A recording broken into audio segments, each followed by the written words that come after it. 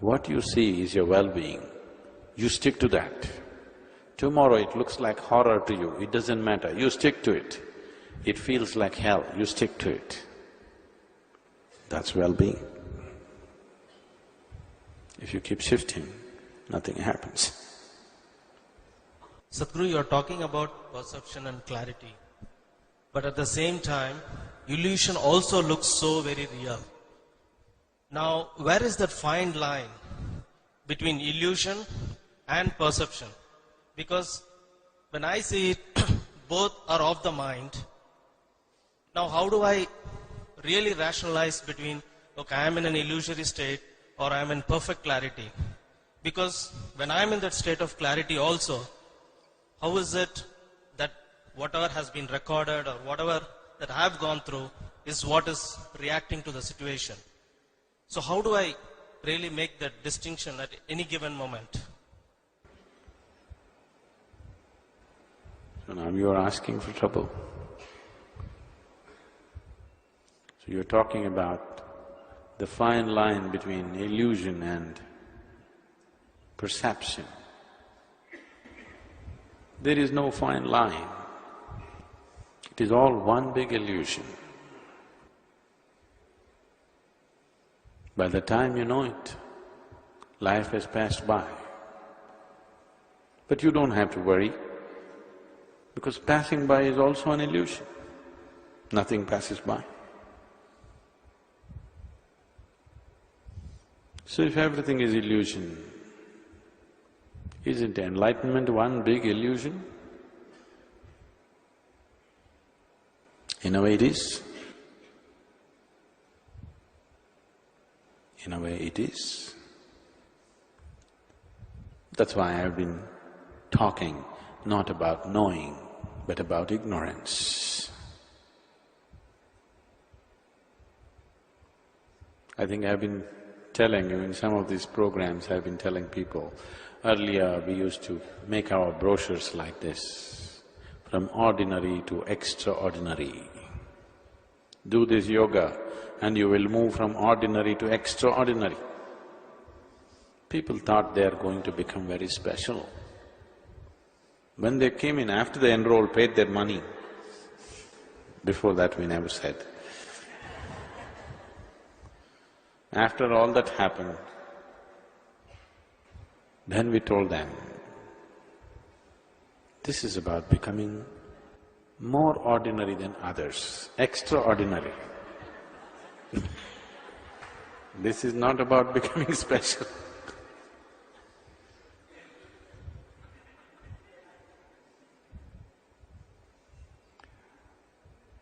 The enlightened club, the club of the enlightened ones,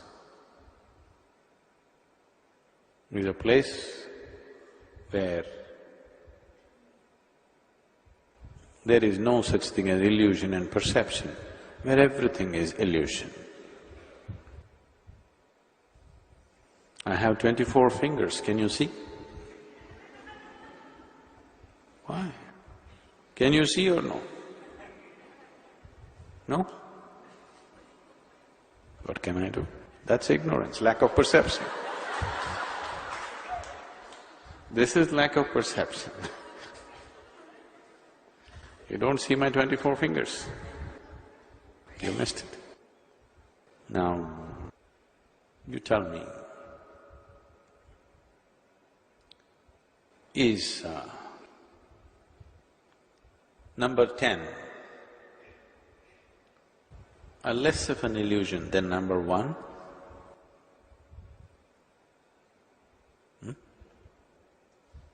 Is it? Is 100 a more of a reality than number 1? Is it so? Everything is made up, isn't it so? The only reality is 0. Rest is all made up. It's not incidental that 0 is discovered in India. Because this is the only place where people spend maximum amount of time, eyes closed. If you sit eyes closed, initially fantasies will go on, chattering will go on, gods will come, devils will come. If you simply sit, then you will see you are one big vacuum. You are just one big zero. This is the only culture where maximum number of people spend a huge amount of time with their eyes closed. So, if you perceive that you are an empty shell, would you call that perception? Or would you call that a realization of what an illusion you are? What would you call it? It's up to you what you call it. But there is no fine line, that's the whole problem. Or that's the beauty of it. There is no fine line, there are no lines to cross. It's just fine the way it is. But the problem is, you're in a certain state of compulsiveness that you have to move somewhere. This compulsiveness is essentially come as a consequence of the huge accumulation that you have made within yourself. This accumulation has happened because you have the illusion that you are perceiving something.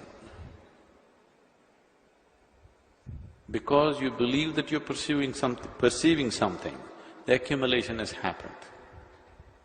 If you realize experientially, not intellectually, experientially if you realize that you are actually not perceiving anything, you actually are not. Tell me, after all these years of being with me, what have you perceived? Because whatever you perceive and you're feeling wonderful, 2 days later I come back and demolish it anyway. Whatever you think you have attained, I come back and trample it anyway.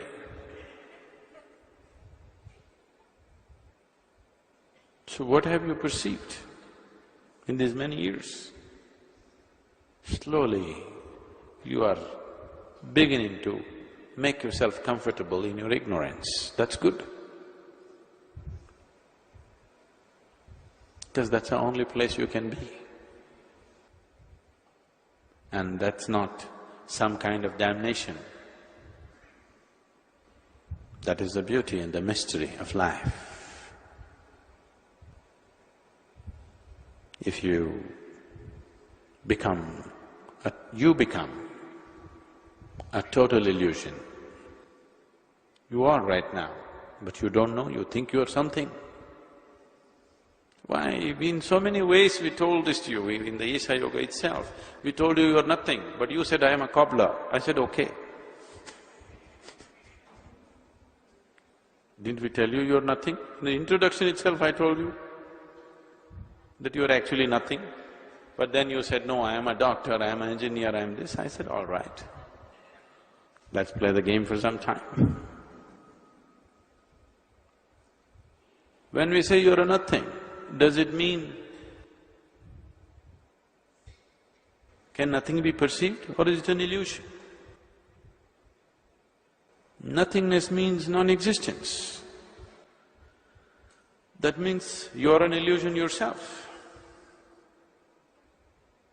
You are a make-believe happening. But when you say the illusion looks real, only illusion looks real. What else can? If you go to a cinema, don't you see people on the cinema screen, though they are only two-dimensional? All the great heroes that you have seen and you may have joined the fan club, whether you are Rajinikanth club or Robert Redford club or whatever, all that you saw of them was just flat on the screen. They were not even three-dimensional, isn't it?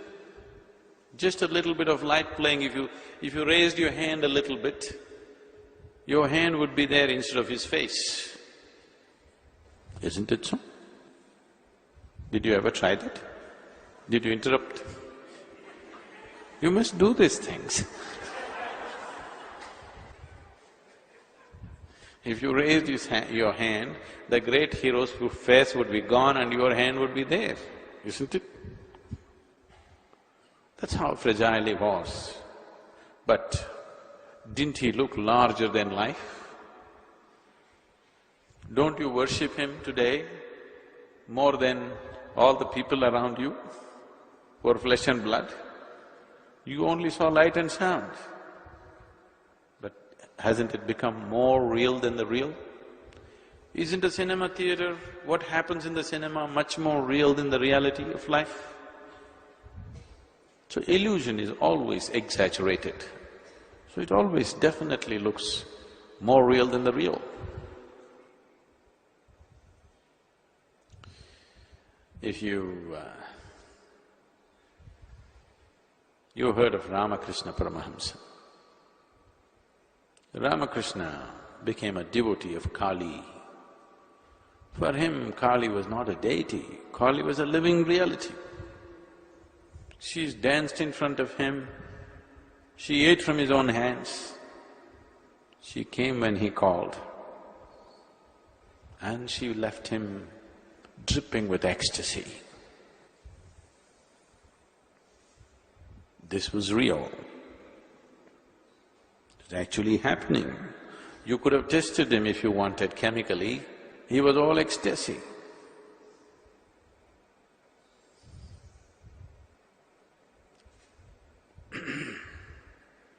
One day, he was sitting on the banks of Ganga,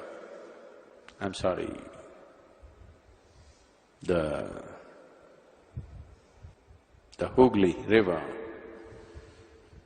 and a very great yogi,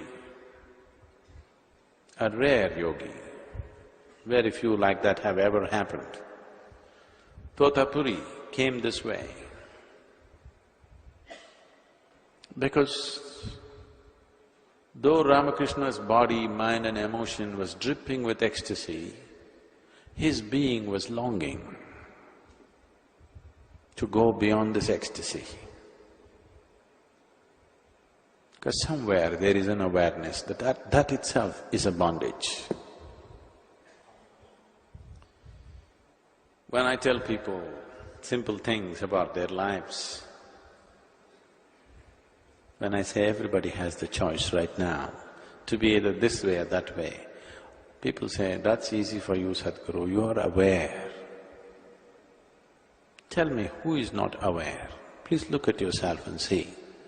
Even in an extreme moment of emotion or anger, there is a spot of awareness even in you, isn't it so? Isn't it there? If it is not there, that means you've become pathologically ill. Otherwise, even in the most extreme moments of emotion within you, there is one dot of awareness. It is just that you are empowering the emotion because you have an investment there. You are not empowering the awareness, that's all.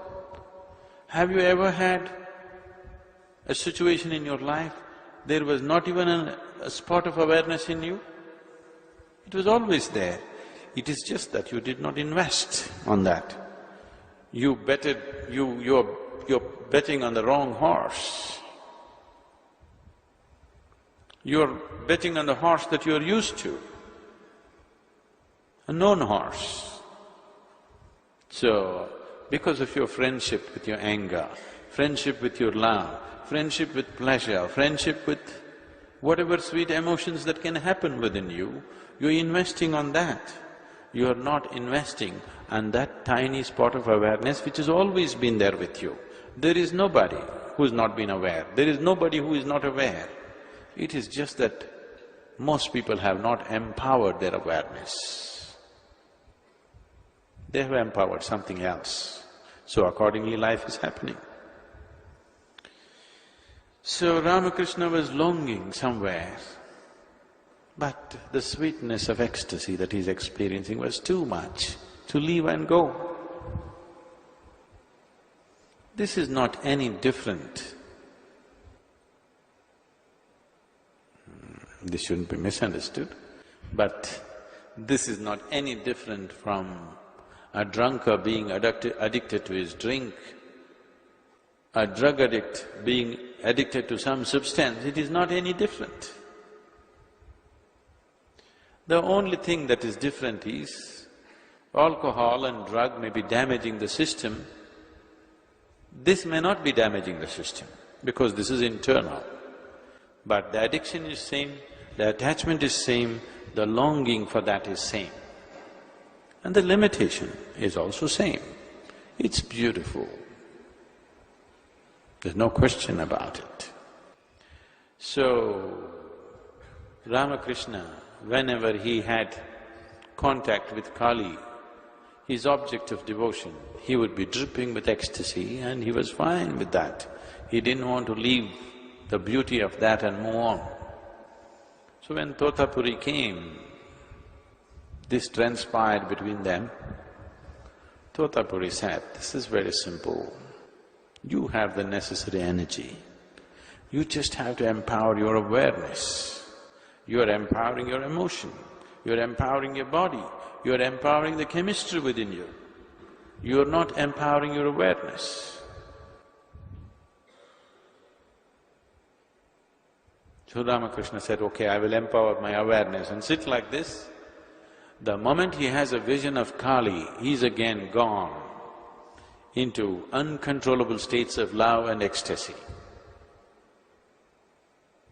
Any number of times he sat down, but the moment he sees Kali, he just flies off. Then Totapuri said, "Next time Kali appears, you have to take a sword and cut her into pieces." Ramakrishna asked, "Where do I get the sword from?" Totapuri said, "From the same place where you get Kali from. If you're able to create a whole Kali, why can't you create a sword? You can do it. If you're able to create a goddess, why can't you create a sword to cut her? Get ready." Ramakrishna sat, the moment Kali came, he burst into ecstasy and forgot about the sword and the awareness and everything. So Totapuri told him, "You sit this time. The moment Kali comes, see here," he picked up a piece of glass and he said, "With this piece of glass, I'm going to cut you. Where you are stuck, that I'm going to cut. When I cut that, you create the sword and cut Kali down."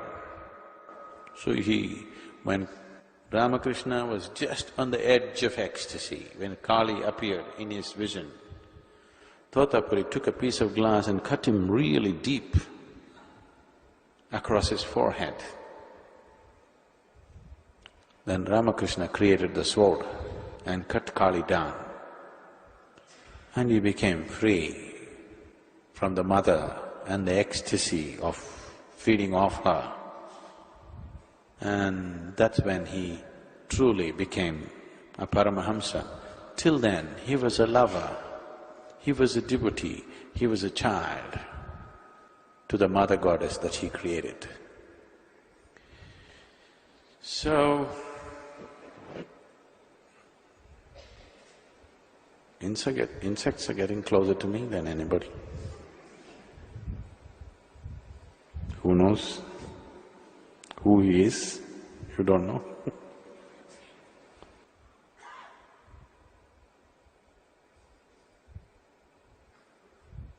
So this is not something that you go about making distinction between what is reality and what is illusion. You don't do that. Whatever is happening within you, it doesn't matter what's happening within you. You keep your steering wheel straight. As I've been telling you for the last some time now, You keep your direction straight. Whatever is happening within you, it doesn't matter. You just gas it and gas it and gas it.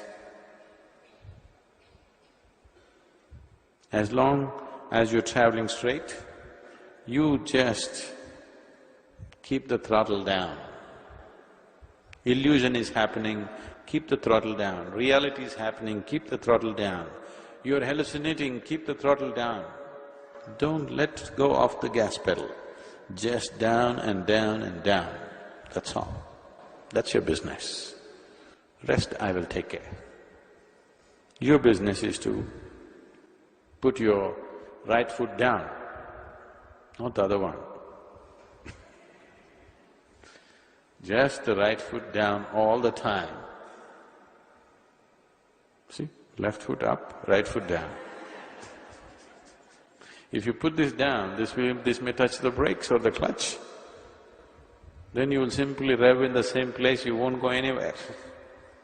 All the time, a leaden foot down, whatever is happening. Illusion is happening, gas it.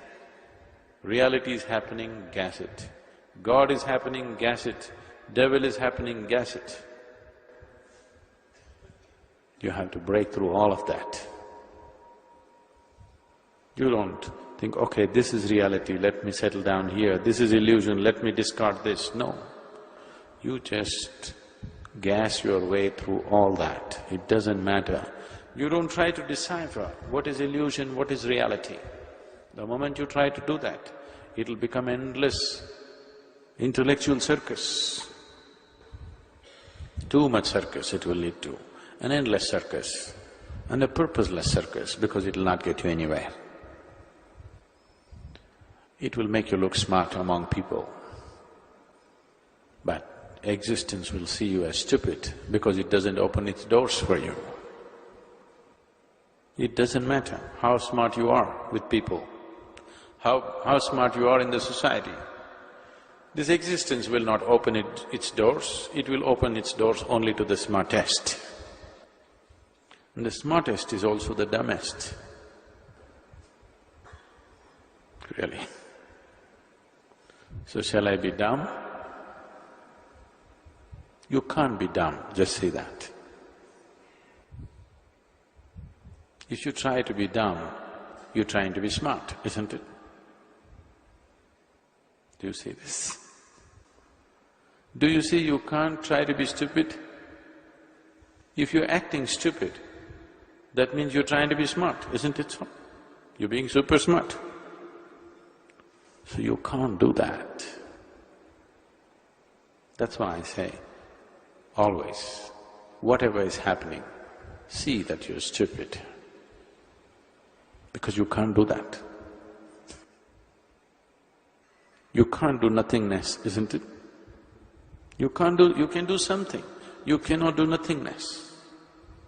You can be a somebody, but you cannot be a nobody. I am a nobody is a great assertion of your somebodiness, isn't it? You can't do it. When you tire and simply sit quietly, it happens. Your effort has to tire, or you need phenomenal intelligence to go beyond effort. Right now, whatever is happening, you're only trying to get out of it. You're driving through the mountain, you're trying to get out of it. You're driving through wonderful plains, you're hurrying up to get out of it. All the time, gas pedal down. Wherever you are, however beautiful it is, as quickly as possible you want to get out of it. That should be your intention, always. However wonderful it is, you're in God's lap, you must be getting out of it as quick as possible. If you're doing that constantly, then you will get to that ultimate stupidity where you don't have to try to be smart. You've given up on that. Then you're at ease, absolute ease. Life is at ease. When this life comes to absolute ease, then the whole existence is wide open, no door is closed, everything is open. Just everything. Creation and creator is accessible to you simply because this has come to ease, total ease.